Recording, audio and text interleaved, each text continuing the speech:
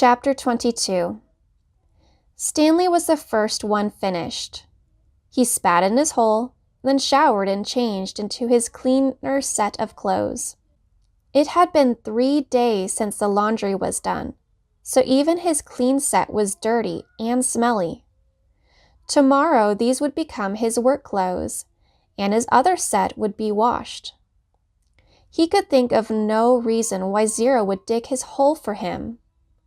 Zero didn't even get any sunflower seeds. "I guess he likes to dig holes," Armpit had said. "He's a mole," Zigzag had said. "I think he eats dirt." "Moles don't eat dirt," X-Ray had pointed out. "Worms eat dirt." "Hey, Zero," Squid had asked, "are you a mole or a worm?" Zero had said nothing. Stanley never thanked him, but now he sat on his cot and waited for Zero to return from the shower room. "Thanks," he said to Zero, entering through the tent flap. Zero glanced at him, then went over to the crates where he deposited his dirty clothes and towel. "Why'd you help me?" Stanley asked. Zero turned around. "You didn't steal the sunflower seeds," he said. "So, neither did you," said Stanley. Zero stared at him. His eyes seemed to expand, and it was almost as Zero were looking right through him. "You didn't steal the sneakers," he said. Stanley said nothing. He watched Zero walk out of the tent. If anybody had X-ray vision, it was Zero. "Wait," he called, then hurried out after him. Zero had stopped just outside the tent, and Stanley almost ran into him. "I'll try to teach you to read if you want," Stanley offered. "I don't know if I know how to teach, but I'm not that worn out today, since you dug a lot of my hole." A big smile spread across Zero's face. They returned to the tent where they were less likely to be bothered. Stanley got his box of stationery and a pen out of his crate. They sat on the ground. "Do you know the alphabet?" Stanley asked. For a second, he thought he saw a flash of defiance in Zero's eyes, but then it passed. "I think I know some of it," Zero said. "A, B, C, D." "Keep going," said Stanley. Zero's eyes looked upward. "E, F," said Stanley. "G," said Zero. He blew some air out of the side of his mouth.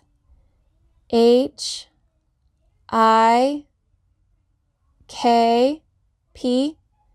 "H-I-J-K-L," Stanley said. "That's right," said Zero.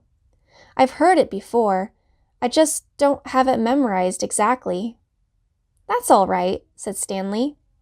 "Here, I'll say the whole thing just to kind of refresh your memory. Then you can try it."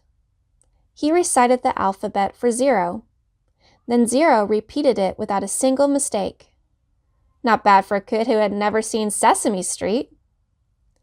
"Well, I've heard it before, somewhere," Zero said, trying to act like it was nothing, but his big smile gave him away. The next step was harder. Stanley had to figure out how to teach him to recognize each letter. He gave Zero a piece of paper and took a piece for himself. "I guess we'll start with A."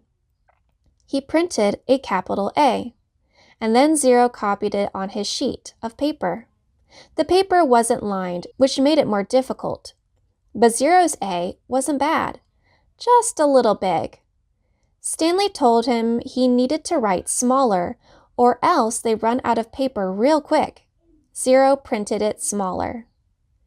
"Actually, there are 2 ways to write each letter," Stanley said, as he realized this was going to be even harder than he thought. "That's a capital A. But usually you'll see a smaller A. You only have capitals at the beginning of a word and only if it's the start of a sentence, or if it's a proper noun, like a name. Zero nodded as if he understood, but Stanley knew he had made very little sense. He printed a lowercase a, and Zero copied it. "So there are 52, said Zero. Stanley didn't know what he was talking about. Instead of 26 letters, there are really 52. Stanley looked at him, surprised. "I guess that's right. How do you figure that out?" he asked. Zero said nothing. "Did you add?" Zero said nothing. "Did you multiply?" "That's just how many there are," said Zero. Stanley raised and lowered one shoulder. He didn't even know how Zero knew there were 26 in the first place. Did he count them as he recited them? He had Zero write a few more upper and lowercase a's, and then he moved on to capital B. This was going to take a long time, he realized. "You can teach me 10 letters a day," suggested Zero. 5 capitals and 5 smallers.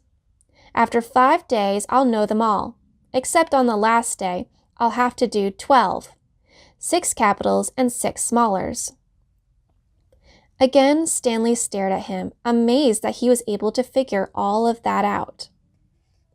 Zero must have thought he was staring for a different reason because he said, "I'll dig part of your hole every day. I can dig for about an hour. Then you can teach me for an hour. And since I'm a faster digger anyway, our holes will get done about the same time. I won't have to wait for you." "Okay," Stanley agreed.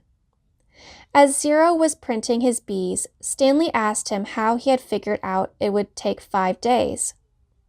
"Did you multiply? Did you divide?" "That's just what it is," Zero said. "It's good math," said Stanley. "I'm not stupid," Zero said. "I know everybody thinks I am. I just don't like answering their questions." Later that night, as he lay on his cot, Stanley reconsidered the deal he had made with Zero. Getting a break every day would be a relief, but he knew X-Ray wouldn't like it. He wondered if there might be some way Zero could agree to dig part of X-Ray's hole as well. But then again, why should he? "I'm the one teaching Zero. I need the break so I'll have the energy to teach him. I'm the one who took the blame for the sunflower seeds. I'm the one who Mr. Sir is mad at." He closed his eyes, and images from the warden's cabin floated inside his head. Her red fingernails, Mr. Sir writhing on the floor, her flowered makeup kit. He opened his eyes. He suddenly realized where he'd seen the gold tube before. He'd seen it in his mother's bathroom, and he'd seen it again in the warden's cabin. It was half of a lipstick container. KB? KB? He felt a jolt of astonishment. His mouth silently formed the name, Kate Barlow, as he wondered if it really could have belonged to the Kissin outlaw.